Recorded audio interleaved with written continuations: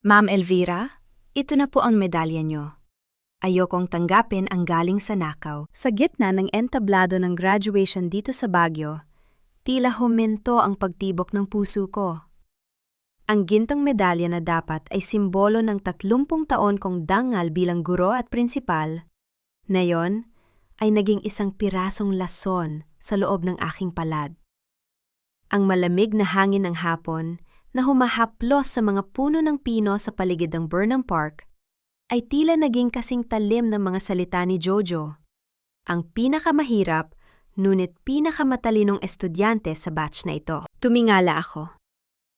Ang daan-daang pares ng mga mata ng mga magulang at panauhin na kanina lang ay puno ng paghanga, ngayon ay nababalutan na ng malisya at pandidiri. Ang katahimikan sa loob ng auditorium ay naging kasing bigat ng hamog na dahan-dahang bumabalot sa lungsod. Ramdam ko ang panginginig ng aking mga daliri habang mahigpit kong hawak ang medalya.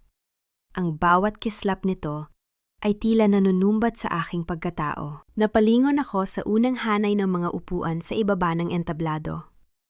Doon, nakita ko ang asawa kong si Arturo. Sa halip na makakita ako ng pag-aalala, nahuli ko ang isang mabilis at mapagmalaking sulyap niya kay Elise, ang aming station treasurer na nakatayo sa gilid ng stage. Ang kumpas ng kanilang mga mata ay sapat na upang maramdaman ko ang isang matalim na hapdi sa aking dibdib. Isang daw kamasuk na humiwa sa aking buong pagtitiwala. Ang lalaking inalayan ko ng buhay, ang lalaking pinahiram ko ng aking retirement savings para itayo ang negosyong pinangarap niya, ay nakangiti habang nilulunod ako sa hiya sa harap ng buong Puerto Princesa. Sa harap ng buong Baguio. Jojo, hindi ko maintindihan ang sinasabi mo. Ang boses ko ay nanatiling patag, isang nakakatakot na katahimikan na tanging ang isang veteranong.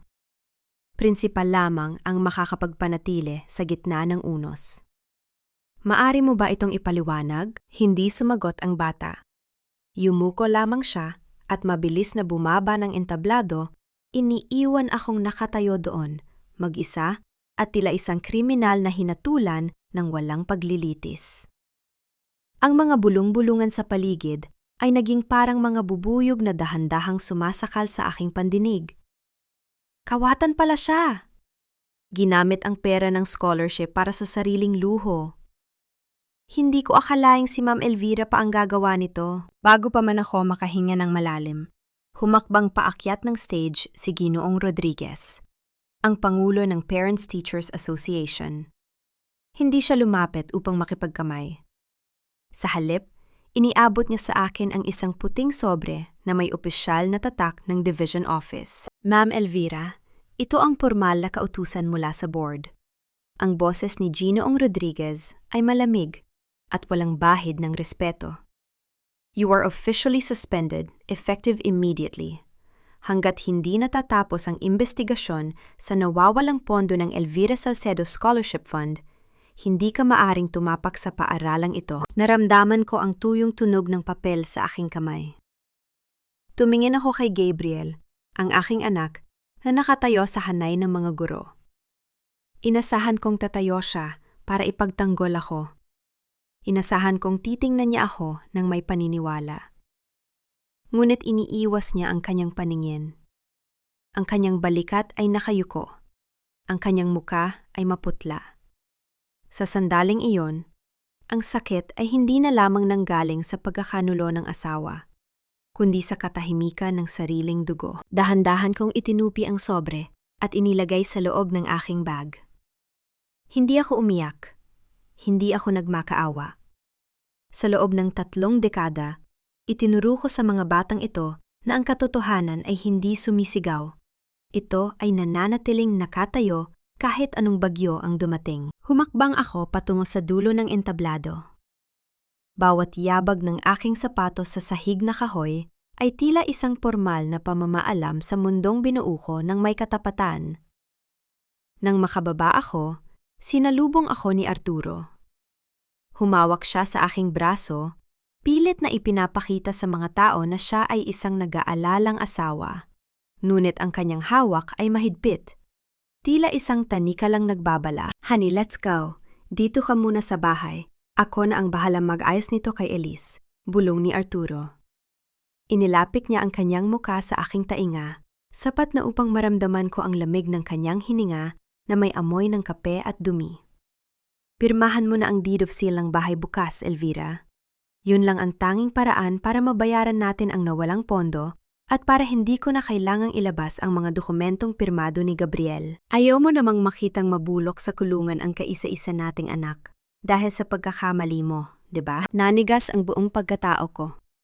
Ang bawat salita ni Arturo ay tila mga pako na ibinabaon sa aking kabaong.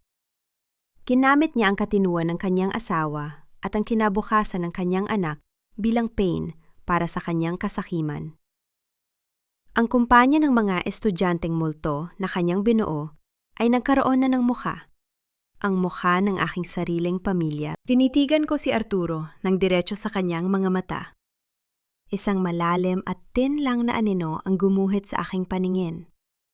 Sa gabing ito, ang Elvira na sumusunod ng walang katanungan ay tuluyan nang namatay sa gitna ng hamog ng bagyo. Tapos na ang seremonya, Arturo. Malamig kong wika habang binabawi ang aking braso. Ngunit ang audit ng buhay natin, magsisimula pa lang. Tumalikod ako at naglakad palabas ng auditorium nang hindi lumilingon. Sa labas, ang sikat ng araw ay unti-unti nang nilalamon ng madilim na ulap. Tila isang babala na ang kaparungan ay hindi laging madali. Ngunit sisiguraduhin kong ang bawat bodong fok na walang tao ay tatawag sa pangalan ng tunay na may sala. Bumalik ako sa aming bahay sa Wright Park, habang ang makapal na hamog ng bagyo ay dahan-dahang gumagapang sa labas ng bentana.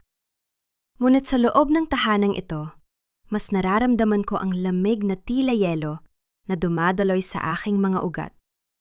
Pagpasok ko sa sala, bumungad sa akin ang isang tagpong hinding-hindi ko malilimutan. Nakaupo si Arturo sa kanyang paboritong silya. May hawak na baso ng alak, habang si Gabriel ay nakatayo sa tabi niya. Tila isang batang naghihintay ng parusa. Mabuti at nakauwi ka na, Elvira, panimula ni Arturo. Walang bahid ng pagsisisi sa kanyang tinig. Huwag mo nang palakihin ang gulo. Suspendido ka na at sa tingin ng buong division, ikaw ang kumuha ng pondo. Ang tanging paraan para hindi tayo mabulok sa kahihiyan ay ang pirmahan mo ang papeles ng bahay. Ibebenta natin ito para maibalik ang pera at matigil ang kaso. Tiningnan ko ang kaisa-isa kong anak. Gabriel, tawag ko sa kanya. Ang boses ko ay nanatiling matatag, bagaman ang puso ko ay tila pinupunit ng libul-libong patalim. Tumingin ka sa akin. Sinabi ni Arturo na may mga dokumento siyang hawak na may pirma mo. Totoo ba ito? Yumuko si Gabriel. Narinig ko ang kanyang malalim na paghinga bago siya dahan-dahang tumanggo. Opo, Nay. Pinirmahan ko ang mga resibo ng scholarship disbursement para sa mga estudyanteng nasa listahan ni Elise. Sabi ni Papa, kailangan nating gawin yon para sa investment na pinasukan ko.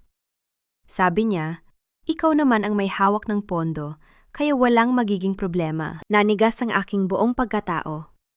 Ito ang batang tinuruan ko ng alpabeto, ang anak na pinalaki ko sa ilalim ng prinsipyo ng katapatan. Ngayon, ang mismong kamay na inalalayan ko sa kanyang mga unang hakbang, ang siyang nagbaon ng punyal sa aking likuran. Hindi ako sumigaw, hindi ako nagwala.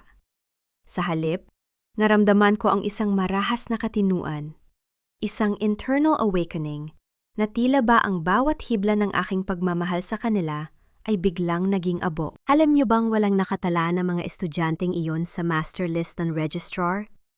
Ang boses ko ay naging kasing lamig ng gabi sa Baguio. Ginawa niyo akong kriminal para sa isang investment na hindi ko man lang alam? Tumayo si Arturo at lumapit sa akin. Hinawakan niya ang aking balikat, isang paimbabaw na kalinga na naging parang gapang ng uod sa aking balat. Kaya nga kailangan mong pirmahan ang deed of sale, honey. Kapag nawala ang bahay na ito, mawawala rin ang interes ng board sa investigasyon. Protektado si Gabriel. Protektado tayo. Huwag kang maging makasarili. Isang lumang bahay lang ito kumpara sa career ng anak mo. Bumitaw ako sa kanyang hawak. Naglakad ako patungo sa pinto ng aking silid-aralan at narinig ang tuyong tunog ng susi habang inilak ko ang pinto mula sa loob. Mula sa labas, narinig ko ang mahina, ngunit mariing boses ni Gabriel na tila ba isang huling sampal sa aking dangal. "Nay, sorry po," wika ni Gabriel mula sa kabilang panig ng pinto. "Kailangan ko lang protektahan ang career ko. Ayokong mawalan ng trabaho dahil lang sa isang pagkakamali sa dokumento. Intindihin niyo naman po ako." Napaupo ako sa aking lamesa sa dilim. Ang mga anino ng mga puno ng pino sa labas ay tila mga sundalong nagbabantay sa aking pagbagsak. Ngunit sa gitna ng katahimikang ito, hinaplos ko ang aking lumang notebook, ang audit log na matagal ko nang itinago. Kung akala nila ay sapat na ang aking pananahimik para isuko ang lahat ng aking pinaghirapan, nagkakamali sila. Hindi ako papayag na ang 30 taon ng aking dangal ay mapunta lamang sa isang condo unit ni Elise. Naramdaman ni Elvira ang matalim na kumpas ng hangin ng Baguio habang naglalakad siya sa gitna ng palengke. Ang amoy ng sariwang strawberry at mga gulay na dati ay nagbibigay sa kanya ng kapayapaan, ngayon ay tila ba naging singaw ng pot. Hindi siya nakasuot ng kanyang formal na uniporme, ngunit kilala ng bawat sulok ng lungsod na ito ang kanyang mukha. Tingnan ninyo, ang tapat na prinsipal pala ay ifang mahusay na magnanahaw. Narinig niya ang malakas na bulong ng isang tindera. Isang piraso ng bulok na kamatis ang biglang lumipad mula sa karamihan at tumama sa kanyang balikat. Nag-iwan ng pulang mansa sa kanyang puting blusa. Hindi gumalaw si Elvira. Nanatili siyang nakatayo ng tuwid. Ang kanyang mga mata ay diretso sa harap. Lumapit sa kanya ang isang matandang babae, ang nanay ng isa sa kanyang mga scholar. "Ma'am Elvira, pinagkatiwalaan namin kayo." Nanginghinig ang boses ng matanda sa galit. "Ang perang para sa kinabukasan ng anak ko, pambili niyo lang pala ng mga mamahaling gamit? Paano niyo nasikmura yon?" Tinitigan ni Elvira ang babae.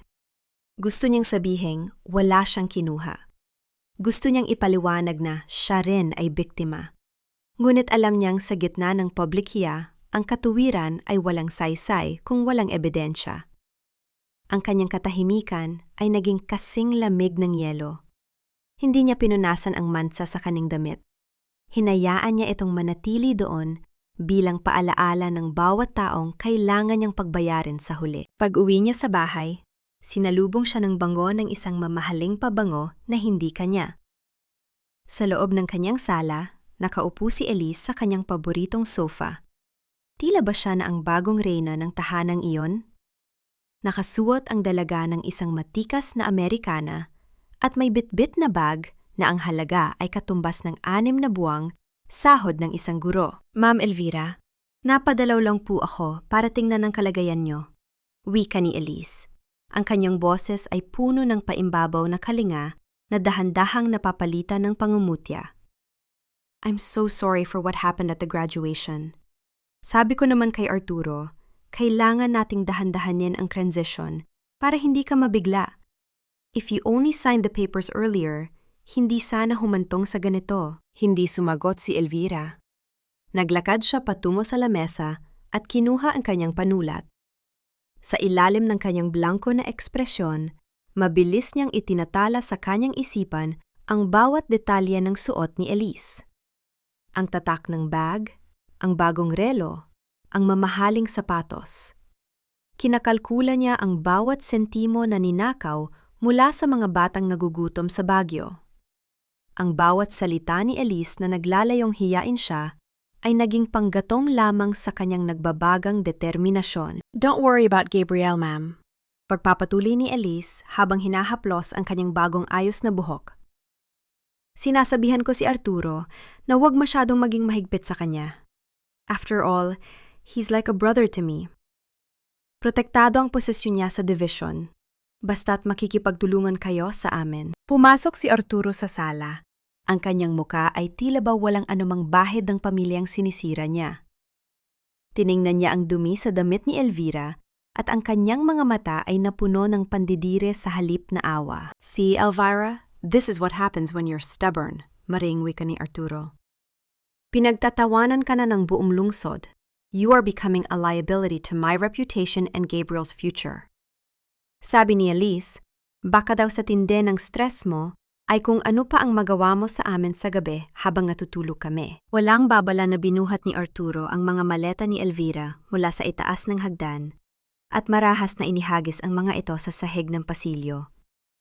Narinig ang tuyong tunog ng nababasag na gamit sa loob ng bag. "You are unstable, Elvira."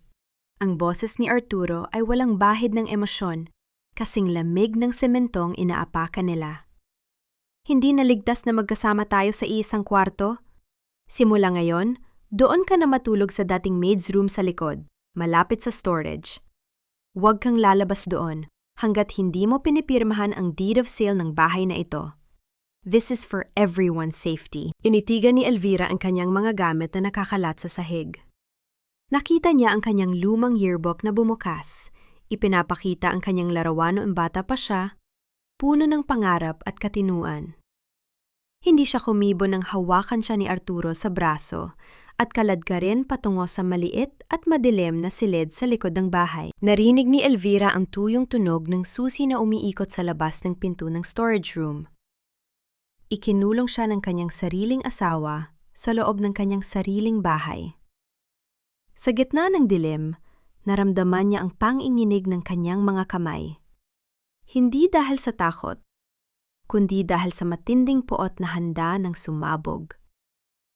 Ang hamog ng bagyo ay maaaring bumalot sa kanyang tahanan. Ngunit hindi nito kayang itago ang katotohanang dahan-dahan niyang hinuhukay mula sa mga anino. Sa loob ng maliit at madilim na storage room, tila naging kaaway ni Elvira ang bawat minutong lumilipas. Ang tanging bintana sa silid ay isang maliit na siwang sa itaas na bahagi ng pader kung saan sumisilip ang malamlam na liwanag ng buwan ng bagyo. Amoy alikabok, lumang papel, at kinalawang na bakal ang hangin na kanyang nilalanghap. Ang katahimikan sa paligid ay nakabibingi, maliban sa mahinang kaluskos ng mga sanga ng puno ng pino na humahampas sa bubong ng bahay. Dahan-dahang naupo si Elvira sa isang lumang kahon ng mga libro. Naramdaman niya ang lamig ng semento na tumatagos sa kanyang buto. Sa kabila ng lahat, hindi siya nanghinig sa takot. Bilang isang babaeng naglingkod sa ilalim ng disiplina ng edukasyon sa loob ng 30 taon, alam niyang ang takot ay isang emosyong walang puwang sa paghahanap ng katarungan. Hinuha niya ang isang maliit na portable stove na nakatabi sa sulok ng silid.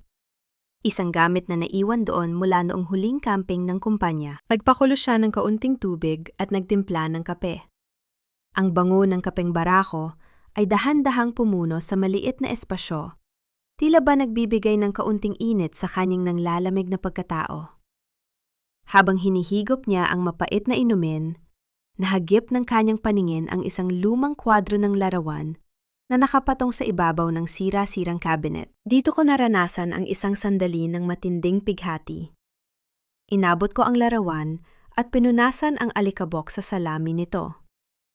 Iyon ang larawan ni Gabriel noong kanyang unang araw sa eskwela. Suot niya ang isang maliit na barong, ang kanyang buhok ay maayos na nakasuklay, at ang kanyang mga mata ay nagniningning sa paghanga sa kanyang ina.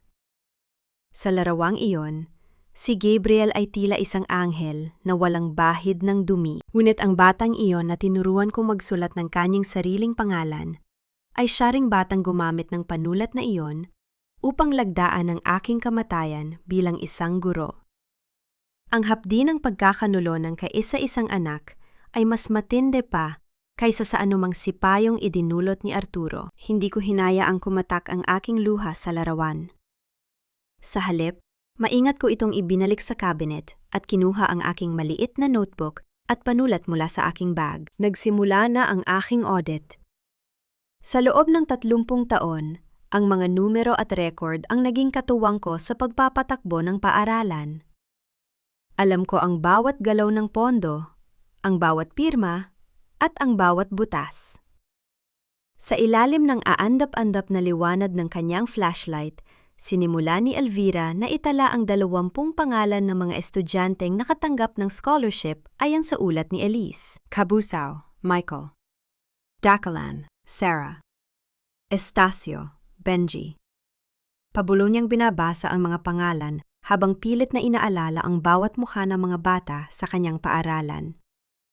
Ngunit sa bawat pangalang kanyang isinusulat, mas lalong lumalalim ang kanyang hinala.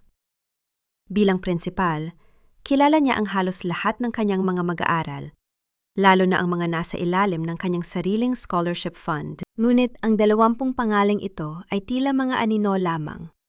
Mga pangalang may tunog, ngunit walang mukha. Sa gitna ng kanyang pagsusuri, narinig niya ang tunog ng pagbubukas ng pinto sa labas ng storage room. Ang pinto patungo sa likod bahay kung nasaan ang basurahan. Narinig niya ang boses ni Arturo na may kausap sa telpono. Siguraduhin mong wala nang matitirang bakas ng mga lumang folders na yon, Elise.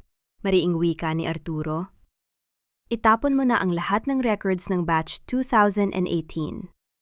Kapag napirmahan na ni Elvira ang deed of sale, wala nang makaka-access sa mga file na yon kailanman.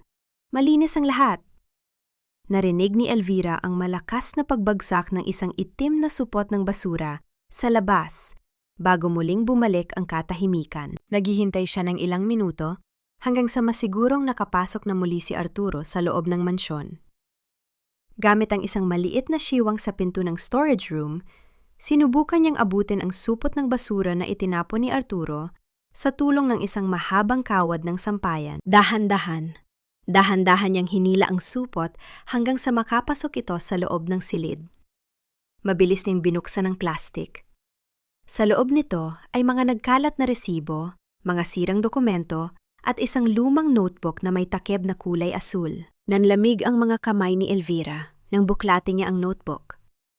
Ito ang opisyal na measurement book ng uniform shop ng paaralan mula sa nakaraang 5 taon. Ang bawat estudyanteng pumasok sa paaralan ay kailangang dumaan dito para sa sukat ng kanilang mga dongfuk. Mabilis niyang tiningnan ang mga pangalan ng 20 scholar na kanyang itinala kanina. Sa bawat pahina, sa bawat letra, walang bakas ng kanilang mga pangalan. 20 estudyanteng nakatanggap ng bilyon-bilyong halaga ng scholarship sa loob ng 5 taon, ngunit wala ni isa sa kanila ang kailanman ay dumaan sa sukat ng dongfuk ng paaralan. Sila ay mga multo. At ang bawat sentimong ibinayad para sa kanilang mga kagamitan ay kasalukuyang nananahan sa bulsa ng kanyang asawa at ng kanyang matalik na kaibigan. Sa gitna ng madilim na silid, isang matalas na ngiti ang dahan-dahang gumuhit sa mga labi ni Elvira. Ang hamog ng bagyo ay maaring pilit na magtago ng katotohanan, ngunit ngayong gabi, nahanap na niya ang unang hibla ng katarungang kanyang gagamitin upang hiyain sila sa harap ng buong division. Sa ilalim ng aandap-andap na liwanag ng aking flashlight, maingat kong inihambing ang bawat pangalan mula sa listahan ni Elise sa mga pahina ng lumang asul na notebook. Ang bawat pahina na aking nililipat ay tila isang malamig na hangin na humahampas sa aking muka. Sa loob ng 30 taon, bawat tupi ng tela at bawat sukat ng balikat ng aking mga estudyante ay dumaan sa librong ito. Ngunit ang 20 scholar na kumuha ng aking pinaghirapang pondo ay wala rito. Mga multo. Sila ay mga aninong may pangalan sa papel ngunit walang puwang sa realidad ng aking paaralan. Naramdaman ko ang mabilis na pagtibok ng aking puso, hindi dahil sa takot, kundi dahil sa purong pagkasuklam. Ang pondong itinabi ko para sa mga batang talagang nagugutom at nagnanais mag-aral ay naging pambili lamang ni Elise ng mga mamahaling hiyas at pambayad ni Arturo sa kanyang mga bisyo. Hindi sapat ang mga dokumentong ito kung ako ay mananatiling nakakulong. Kinuha ko ang aking lihim na telepono mula sa tahi ng aking bag. Isang maliit na device na tanging ako lamang ang nakakaalam. Mabilis kong hinanap ang numero ni Mang Tino, ang matandang mananahi na may-ari ng talyer na gumagawa ng mga uniforme ng paaralan sa loob ng 2 dekada. Mang Tino, ito si Ma'am Elvira. pabulong kong wika nang sagutin niya ang tawag. Nanatili akong alerto, nakikinig sa anumang yabag mula sa labas ng pinto. Ma'am Elvira! Diyos ko! Balitang-balita po ang nangyari sa graduation. Gulat na tugon ng matanda. Ang boses ay puno ng pighati. Hindi po ako naniniwala sa mga sinasabi nila. Alam ko kung gaano niyo kamahal ang mga bata. Salamat, Mang Tino. Pero kailangan ko ng tulong mo. Ang boses ko ay nanatiling matatag at kasing lamig ng sementong inaapakan ko. Nandito sa akin ang measurement book ng batch 2018. Bakit wala rito ang sukat ng 20 scholars na nasa listahan ng division? Naging tahimik ang kabilang linya. Narinig ko ang malalim na buntong hininga ni Mang Tino bago siya dahan-dahang nagsalita. Ma'am, pinuntahan po ako ni Sir Arturo noong nakaraang taon. Binayaran niya ako ng malaking halaga para gumawa ng mga peking resibo at billing statements para sa mga uniformeng hindi naman tinahe. Sabi niya, utos niyo raw yon para sa isang special project ng division. Natakot po ako, ma'am. Sabi niya, kapag hindi ako sumunod, kukuha siya ng ibang supplier at mawawalan ako ng kontrata sa paaralan. Naramdaman ko ang marahas na pagpisil sa aking dibdib. Ang bawat salita ni Mang Tino ay tila mga huling pako na nagpapatibay sa kabaong ng aking tiwala sa aking asawa. Ginamit ni Arturo ang aking pangalan upang takutin ang mga taong tapat sa akin. Mang Tino, kailangan kong itago mo ang lahat ng orihinal na logbook mo. Mariin kong utos. Huwag mong ibibigay kahit kanino, lalo na kay Arturo o kay Elise. Maghihintay ka ng tawag ko. Tayo ang maglilinis ng dangal ng paaralang ito. Dito ko naranasan ang isang sandali ng sukdulang kapanatagan. Ang marahang paghimas ko sa mga pahina ng notebook habang kausap ang matanda ay naging parang isang tahimik na panunumpa. Ang bawat hibla ng sinulid na hindi kailanman natahi ay magiging tanikala na hihila sa kanila patungo sa bilangguan. Opo ma'am, asahan niyo po. Handa akong tumestigo, sagot ni Mang Tino bago ko mabilis na pinatay ang tawag. Itinago ko ang telepono at ang asul na notebook sa ilalim ng isang tumpok ng mga lumang pangsusulit. Dahan-dahan akong tumayo at lumapit sa maliit na siwang sa itaas ng pader. Tumingin ako sa malawak na harden ng mansyong ito. Nakita ko si Arturo at Elise na naglalakad sa ilalim ng mga puno ng pino, magkahawak kamay at tumatawa ng may sugdulang yabang. Sa tingin nila ay nakuha na nila ang lahat.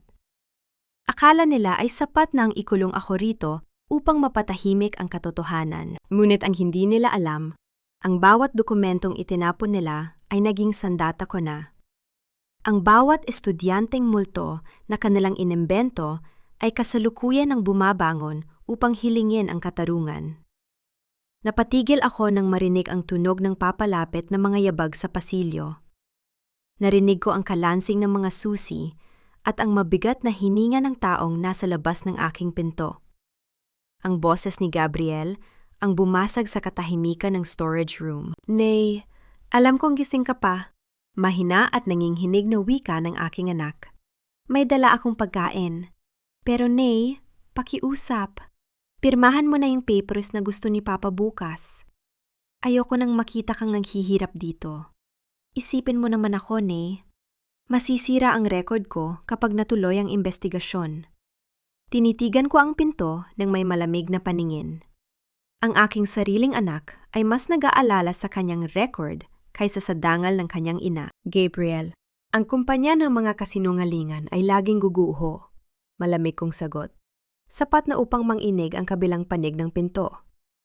At kapag nangyari yon, siguraduhin mong hindi ka nakatayo sa ilalim nito. Narinig ko ang mabilis na pag-alis ni Gabriel. Tila ba natakot siya sa lamig ng aking tinig? Nanatili akong nakatayo sa dilim. Yakap ang aking notebook, habang ang hamog ng bagyo ay dahan-dahang pumapasok sa silid. Nagdadala ng babala ng isang bagyong hinding-hindi nila mapagtataguan. Narinig ko ang tuyong tunog ng pagpihit ng susi mula sa labas bago tuluyang bumukas ang pinto ng storage room. Pumasok si Arturo. Bit-bit ang isang makapal na asul na folder at sa likod niya ay si Elise na may suot na mapang-uyam na ngiti. Ang bango ng kanyang pabango ay humalo sa amoy ng alikabok sa silid, isang amoy na tila ba dumi sa aking ilong. Hindi ka pa ba napapagod sa dumi at dilim na ito, Elvira? Panimula ni Arturo habang inilalapag ang folder sa ibabaw ng marupok na lamesa. Isang linggo na ang nakalipas. Pinagtatawanan ka na ng buong lungsod. Sabi ni Elise, maging ang mga dati mong guro ay nagsisimula na ring maghain ng kani-kanilang reklamo. Wala ka ng kakampi. Tumingin ako sa kanya nang walang anumang emosyon. Ang aking pananahimik ay naging parang isang pader na pilit nilang binubuwag. Napansin ko ang suot ni Elise, ang kulay ube na silk scarf na regalo sa akin ni Rafael noong aming ika-10 anibersaryo. Isang matalim na hapdi ang gumuhit sa aking dibdib. Ang kivat ng aking dangal ay ginagamit na ngayon ng babaeng sumira sa aking pamilya. Ma'am Elvira, don't be a martyr, singit ni Elise. Ang kanyang boses ay punong-puno ng mapanlinlang na lambing.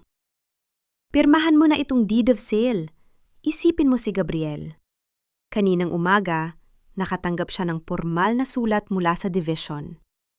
Kapag hindi na ibalik ang pondo sa loob ng 48 oras, siya ang unang kakasuhan ng embezzlement dahil sa kanyang mga pirma sa resibo.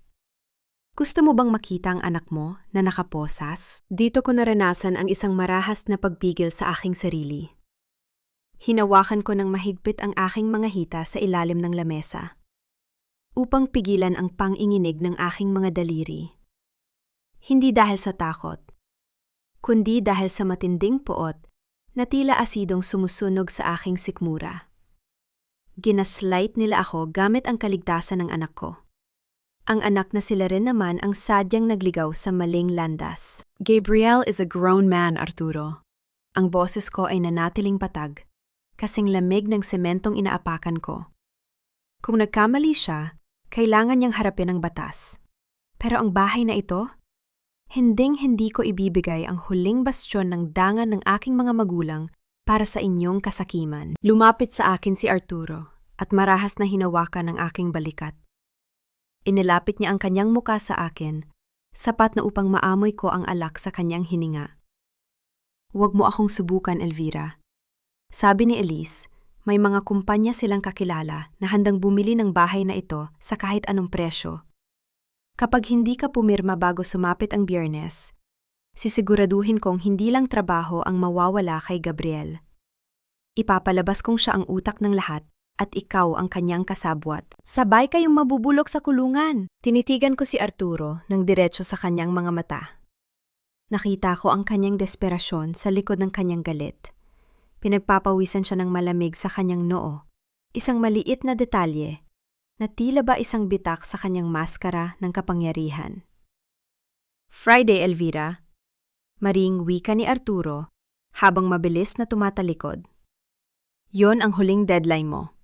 Pagkatapos nyon, kahit lumuhod ka pa sa harap ko, hindi ko na ililigtas ang anak mo. Narinig ko ang mabilis na pag-alis nila at ang muling paglalapat ng bakal na kandado sa pinto. Isang nakabibining katahimikan ang muling bumalot sa silid. Lumapit ako sa maliit na siwang ng pader at tiningnan ang orasan sa aking notebook. 48 oras na lamang ang natitira. Dahan-dahan kong inilabas ang asul na notebook mula sa aking tago. Hinaplos ko ang mga pahina nito.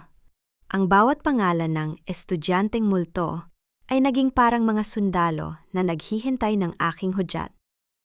Hindi ko hahayaang umabot ang Biyernes nang hindi nila nalalasahan ang pait ng sarili nilang lason.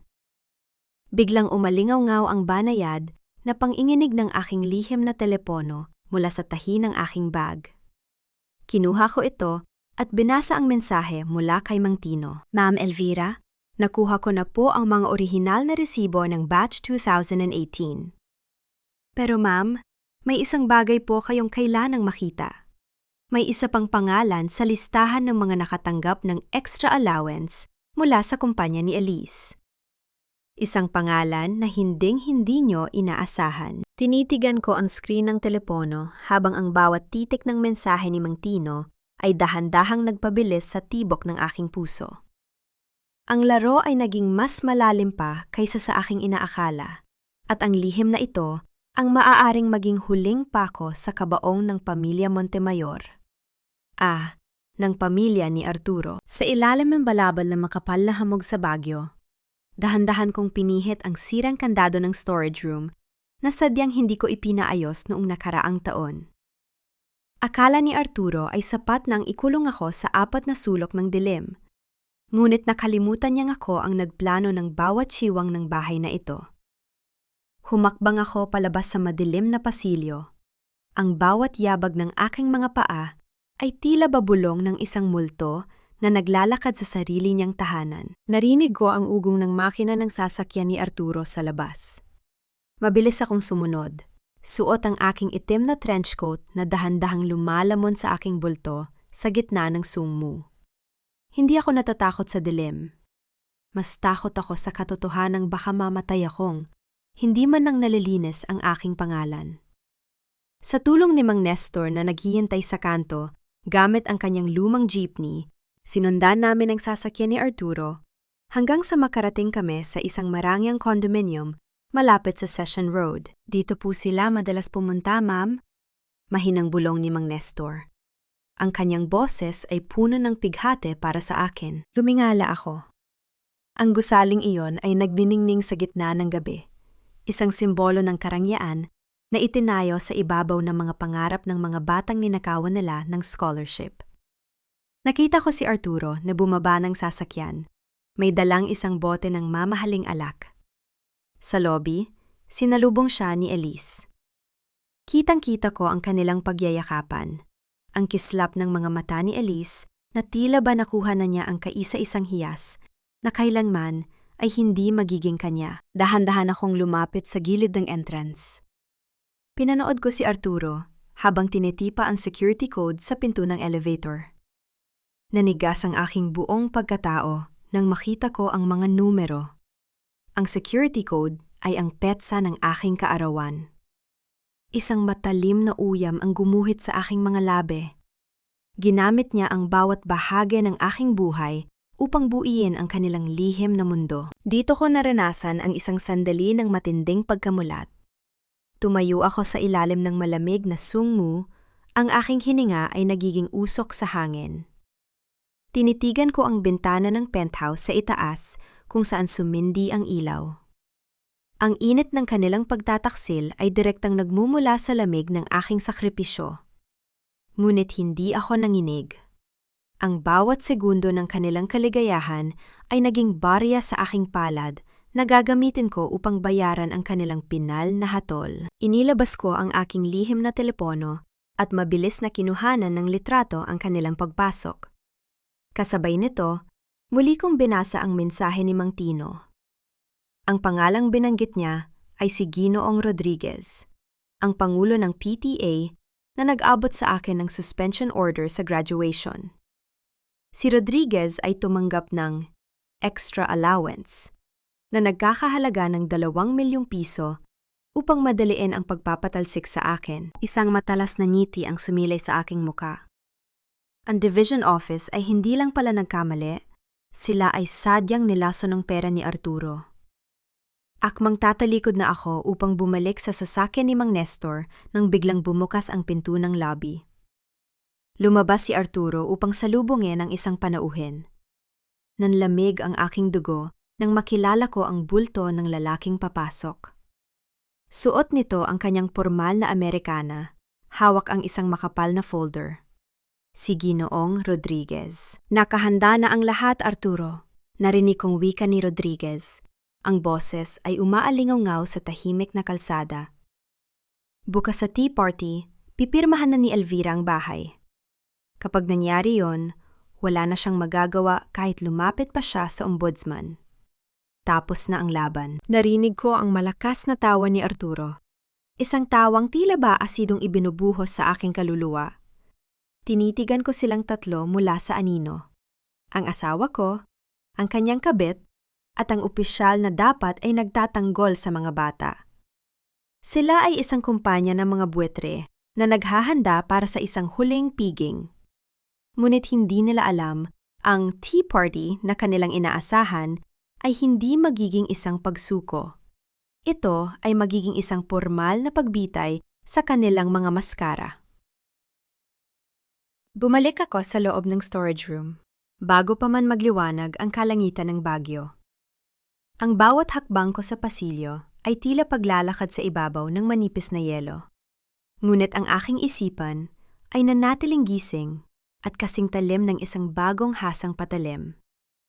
Maingat kong isinara ang pinto at muling itinago ang aking mga ebidensya sa ilalim ng mga lumang pagsusulit ng aking mga estudyante. Narinig ko ang mabibilis na yabag ni Arturo sa koridor, makalipas ang ilang oras. Pagbukas ng pinto, sinalubong ako ng kanyang mapagmataas na ngisi. Suot niya ang kanyang paboritong kurbata. Tila ba naghahanda siya para sa isang malaking tagumpay? Elvira, Friday is here. Oras na para magpasya ka. Panimula ni Arturo habang inilalapag ang deed of sale sa ibabaw ng lamesa. Sabi ni Rodriguez, nasa labas na ang mga tauhan ng division. Kapag pinirmahan mo ito ngayon, tatawag ako sa kanya para itigil ang lahat ng administrative charges laban sa iyo at kay Gabriel. Isang huling pagkakataon na ito, honey. Don't waste it. Tumingin ako sa dokumento. Pagkatapos ay itinaas ko ang aking paningin sa kanyang mukha. Dito ko naranasan ang isang marahas na katinuan. Ang put na dati ay nagpapabilis ng tibok ng puso ko ay napalitan ng isang malamig at tinlang na anino. Gagawin ko, Arturo. Pipirmahan ko ang papeles na yan. Ang boses ko ay nanatiling patag, walang bahas ng panginginig, na tila ba isang formal na anunsyo sa loob ng classroom? Pero hindi rito sa madilim na silid na ito. Ayokong magmukhang biktima sa harap ng batas. Let's do this properly. Magdaos tayo ng isang farewell tea party ngayong hapon sa ating sala. Imbitahan mo si Ginoong Rodriguez, ang division superintendent, at ang mga miyembro ng board. Sa harap nila, formal kong ibibigay ang aking pirma bilang huling sakripisyo para sa dangal ng pamilyang ito. Isang mabilis na kislap ng kasakiman ang gumuhit sa mga mata ni Arturo. A tea party? Fine, kung yan ang gusto mo para mailigtas ang mukha mo sa harap ng board. It's a good move, Elvira. At least, aalis kang may kaunting class. Mabilis na lumabas si Arturo upang tawagan si Elise at Rodriguez. Tuwang-tuwa siya dahil sa wakas ay nakuha na niya ang kaisa-isang bagay na hinarangan ko sa loob ng maraming taon. Ngunit hindi niya alam, ang bawat tasang ilalapag ko sa lamesa ngayong hapon ay may kasamang hatol na hinding-hindi niya malilimutan. Nang maiwan akong mag-isa, kinuha ko ang aking lihim na telepono. Isa-isa kong tinawagan ang mga taong sadyang pinagpuyatan kong hanapin sa nakalipas na 2 gabi. Mang Tino, handa na po ba ang lahat? Mahina kong tanong. Opo, Ma'am Elvira. Hawak ko na ang mga orihinal na sukat at ang record ng mga hindi tinahing uniforme. Darating po ako kasama ang mga nanay ng totoong scholars. Sagot ng matandang mananahi. Salamat. Nestor, kailangan ko ang projector at ang digital files na nakuha natin sa kondo. Magkita tayo sa likod ng bahay mamayang 3:00. Dahan-dahan kong inayos ang aking sarili. Hinugasan ko ang dumi ng kamatis sa aking mukha at isinuot ang aking pinakapormal na Filipiniana, ang kasuotang madalas kong gamitin tuwing may mahahalagang bisita sa paaralan. Tumingin ako sa salamin. Ang Elvira na nakikita ko ay hindi na ang asawang ikinulong at hiniya. Siya na muli ang prinsipal na nagpatakbo ng pinakamalaking paaralan sa Baguio sa loob ng 3 dekada. Pumasok si Gabriel sa silid. Bit-bit ang mga bulaklak para sa dekorasyon ng sala. Nanginginig ang kanyang mga kamay at iniiwasan niyang tumingin sa aking mga mata. Nay, totoo ba? Pipirma ka na talaga? Pabulong niyang tanong, may halong takot at bahagyang ginhawa sa kanyang tinig. Ang katotohanan ay lalabas ngayong hapon, Gabriel. Sagot ko habang inaayos ang kanyang kurbata. Sana ay sapat ang lakas ng loob mo para harapin ito. Nang sumapit ang hapon, ang sala ng aming mansion sa Wright Park ay napuno ng mga kilalang tao. Dumating si Ginoong Rodriguez na may suot na paimbabaw na ngiti. Kasunod ang Division Superintendent na si Dr. Mendoza. Nakaupo si Elise sa tabi ni Arturo. Suot ang kanyang mamahaling alahas. Tila ba ipinagdiriwang na nila ang kanilang tagumpay? Sa gitna ng tawanan at tunog ng mga kubyertos, tumayo ako at lumapit sa gitna ng sala. Hawak ko ang aking maliit na notebook at ang asul na folder.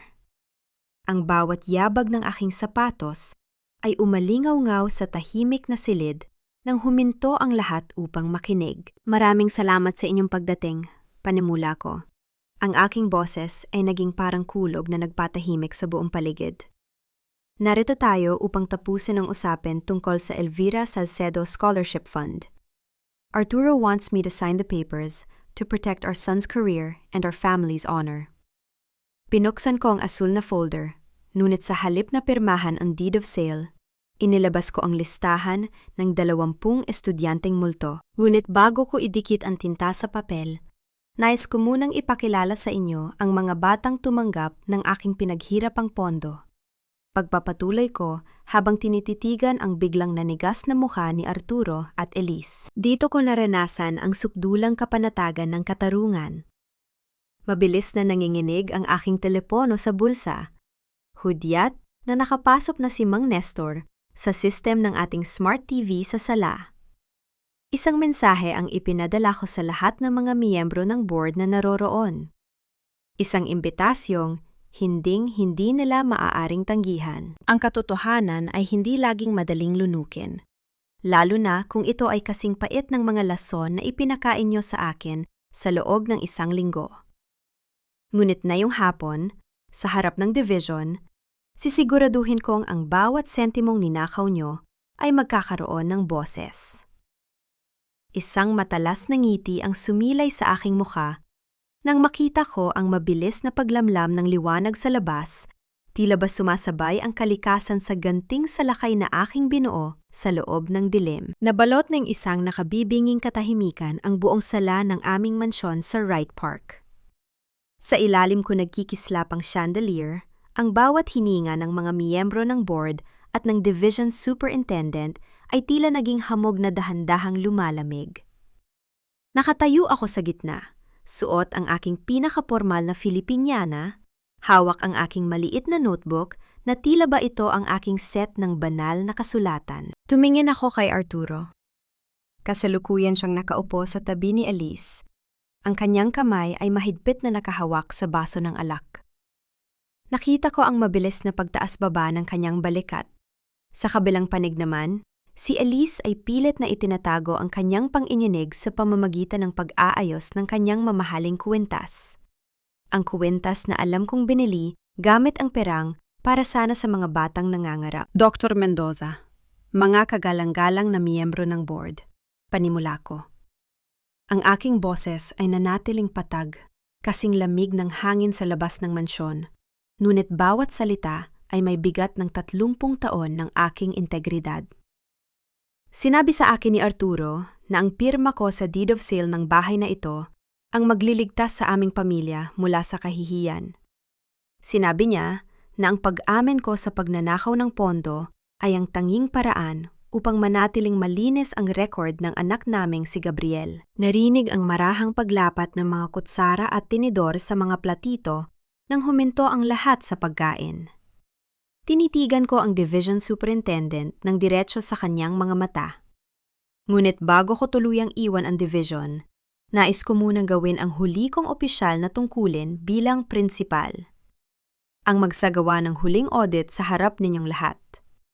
Binuksan ko ang asul na folder at sinimulang basahin ang mga pangalan ng may sugdulang linaw. Michael Cabusao, Sarah Dacalan, Benji Estacio.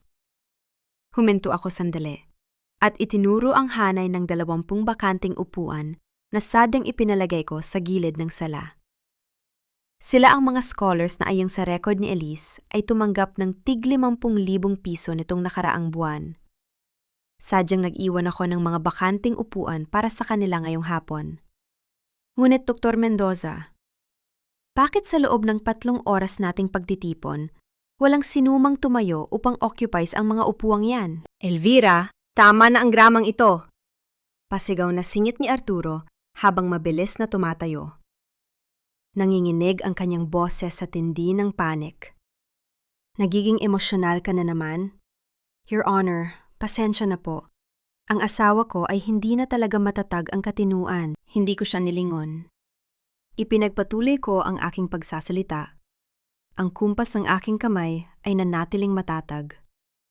Ang 20 estudyanteng ito ay may mga pangalan sa payroll, may mga address sa aming database, at may mga pirma sa resibo ng scholarship. Ngunit ayon sa measurement book ng aming uniform shop sa loob ng 5 taon, walang Michael Cabusao o Sara Dakalan ang kailanman ay nagsukat ng uniforme ng paaralan. Ang mga address na nakatala ay pawang mga bakanteng lote sa labas ng Baguio. Kasinungalingan yan! Palahaw ni Elise. Ang kanyang muka ay naging kasing pula ng kanyang lipstick. Gawa-gawa lang ni Ma'am Elvira ang mga notebook na yan dahil sa selos.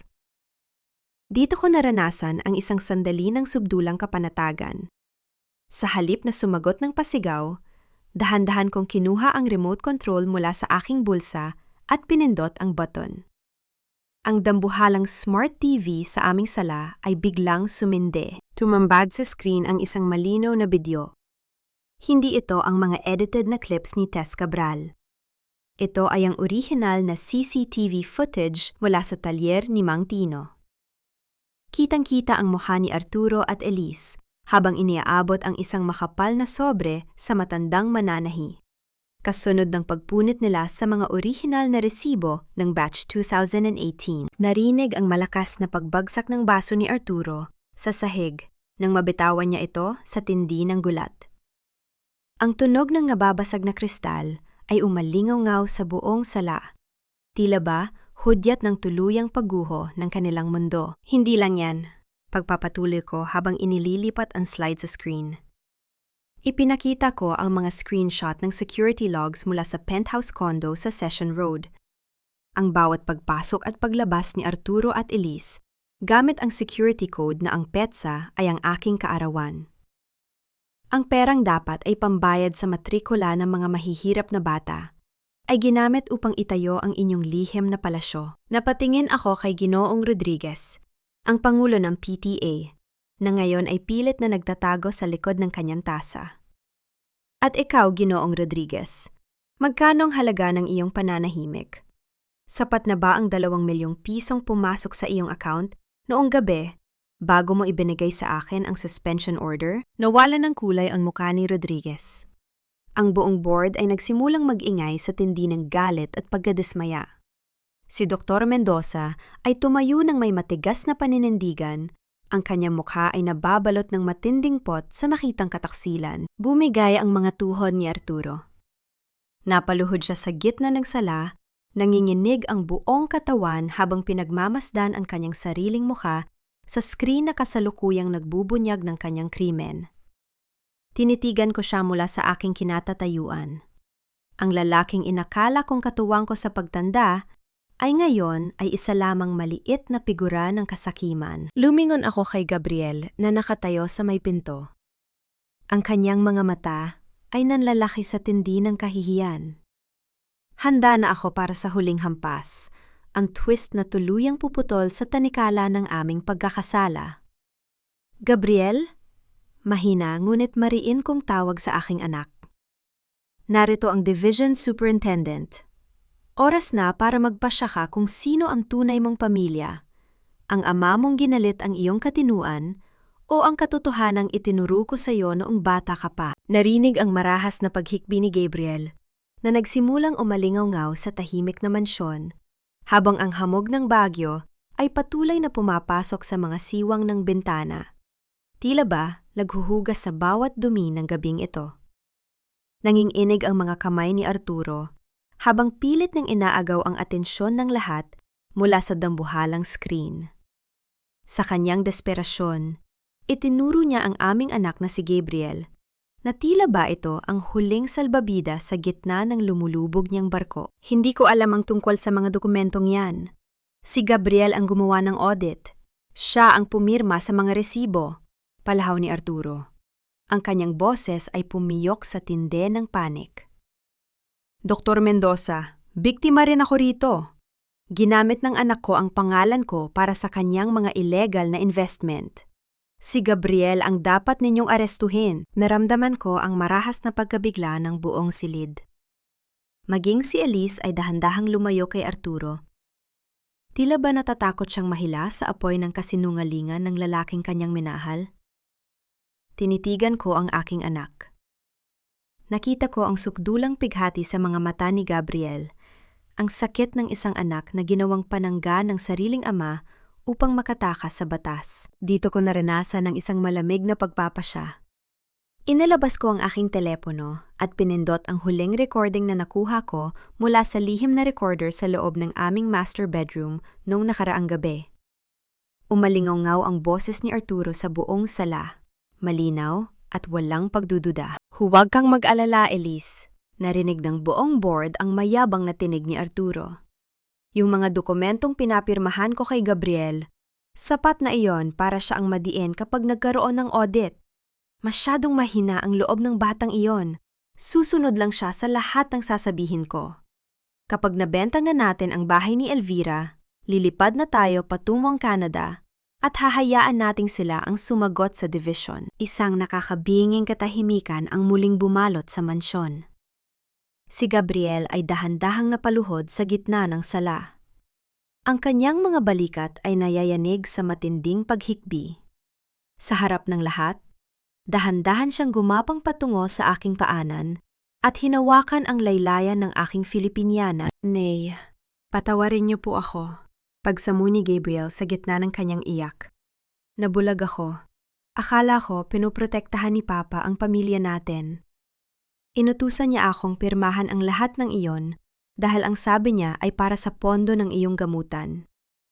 Sinasadya niyang iligaw ako para ikaw ang lumabas na masama. Nay, handa na po akong aminin ang lahat sa pulis. Lumapit si Gabriel kay Dr. Mendoza. Ang kanyang muka ay puno ng matigas na katinuan na matagal kong hinintay na makita sa kanya. Sir, heto po ang logbook ng lahat ng transaksyong ipinagawa sa akin ni Papa at Elise. Ako po ang kumuha ng pera, pero lahat ng utos ay nanggaling sa kanila. Tatanggapin ko po ang anumang parusa ng division. Nawalan ng lakas si Arturo. Napasandal siya sa pader.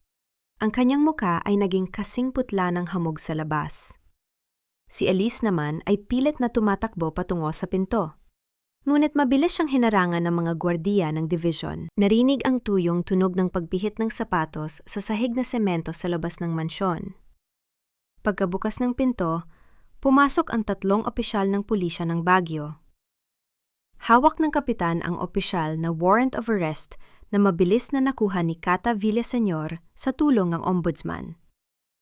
Arturo Salcedo at Elise Mercado, kayo ay nasa ilalim ng pagdakip para sa kasong large-scale estafa, falsification of public documents, at qualified theft. Mariing pahayag ng pulis. Narinig ang malamig at tuyong tunog ng bakal na naglalapat sa mga pulso ni Arturo at Elise. Ang bawat pag-ikot ng lock ng posas ay naging parang isang formal na resibo ng katarungan sa aking pandinig. Walang pang-ininig sa aking katawan habang pinapanood ko silang kaladkarin palabas ng mansyon. Tumingin sa akin si Arturo bago siya tuluyang isakay sa patrol car. Ang kanyang mga mata ay puno ng matinding poot. Tila ba ako pa rin ang may kasalanan ng kanyang pagbagsak? Ngunit tinalikuran ko siya nang walang kahit isang salita. Ang boses na ginamit niya upang hiyain ako ay ang boses ding naging rehas ng kanyang kalayaan. Lumingon ako kay Ginoong Rodriguez na kasalukuyan ding kinukuha ng mga ahente ng NBI para sa investigasyon ng huli niyang suhol. Ang kumpanya ng mga buitre ay tuluyan ng nabuwag ngayong hapon sa Wright Park. Naiwan kami ni Gabriel sa gitna ng gulong sala. Lumapit ang aking anak at dahan-dahang kinuha ang aking kamay. Isinagawa niya ang pagmamano. Isang tradisyonal na paggalang na tila ba isang huling hudyat ng kanyang pagbabalik sa tamang landas. Ang kanyang noo ay dumampi sa aking magaspang na palad at naramdaman ko ang init ng kanyang luha ng pagsisisi.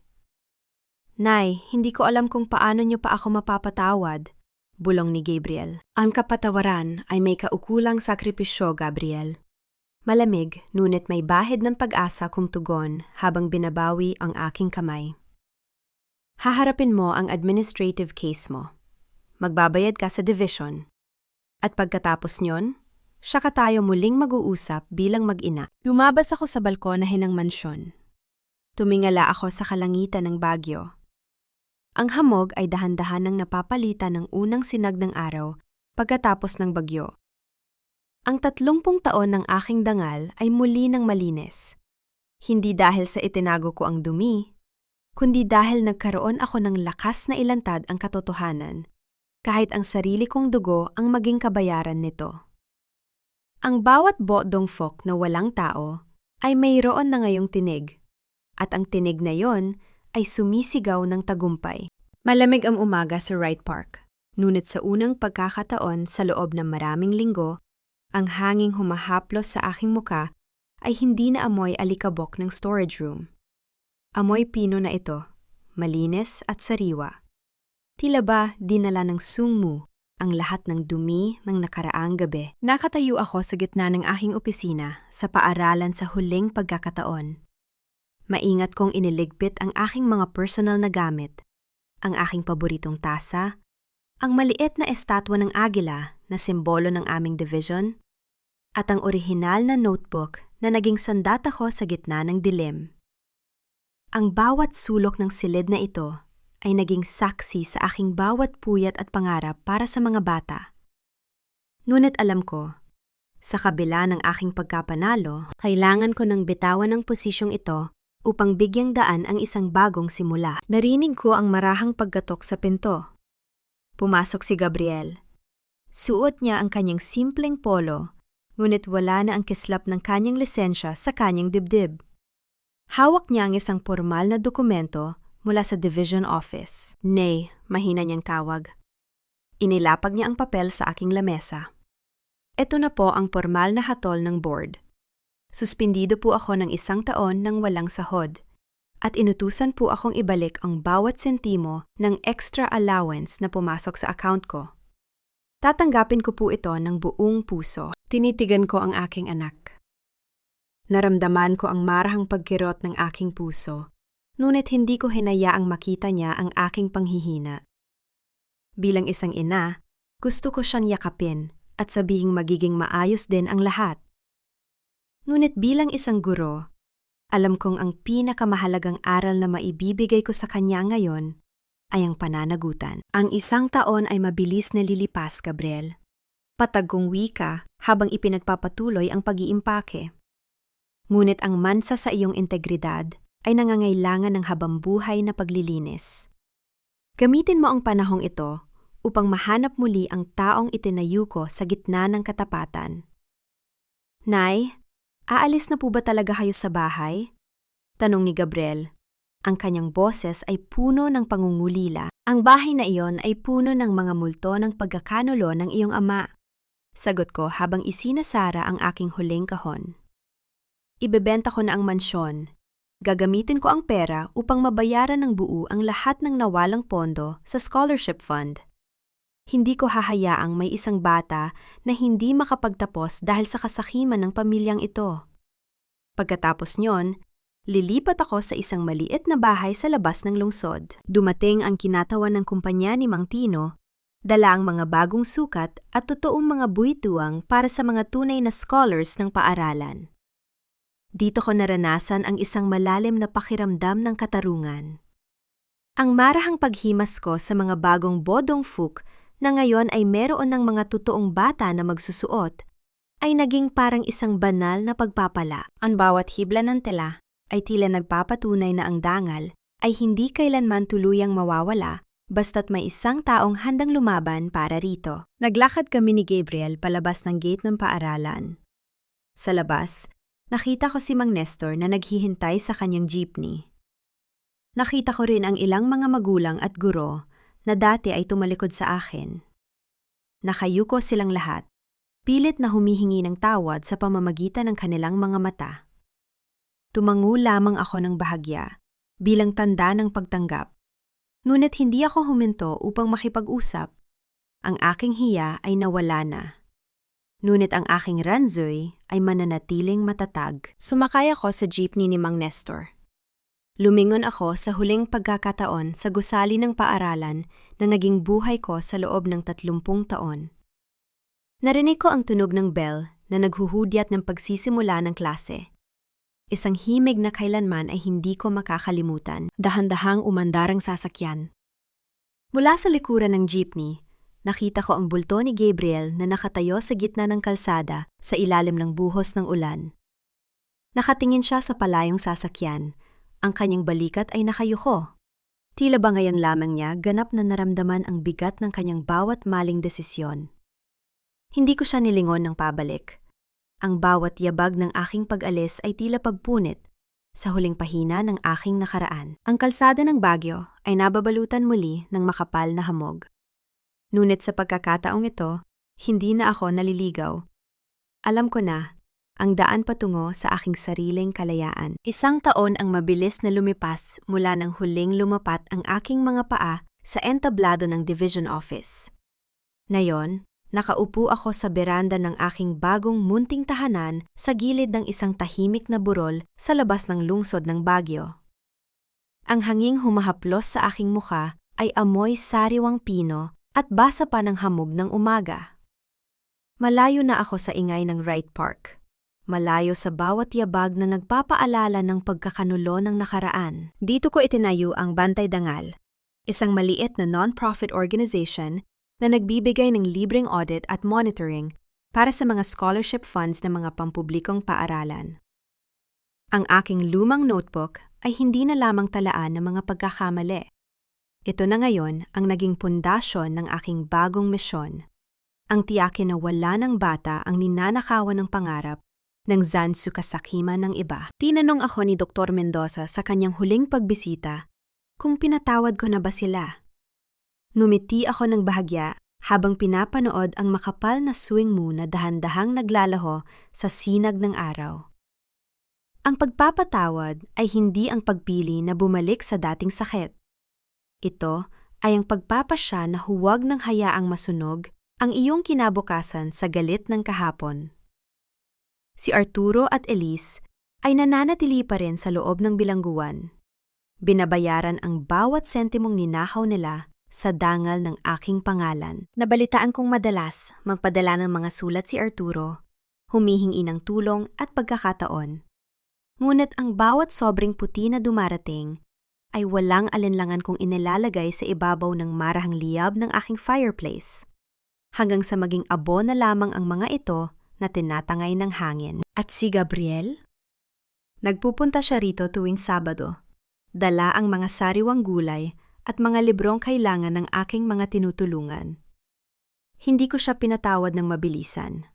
Nanatili ang aking ranzoy. Hinahayaan ko siyang patunayan ang kanyang pagbabago sa pamamagitan ng kanyang mga tahimik na gawa at paggalang sa aking katahimikan. Marahil balang araw, kapag ang bawat sugat ay ganap ng naging siya, ay muli kaming magkakasundo ng buong puso. Ngunit sa pagkakataong yon, wala nang kasinungalingang magbubuklod sa amin. Dito ko naranasan ang tunay na kapayapaan.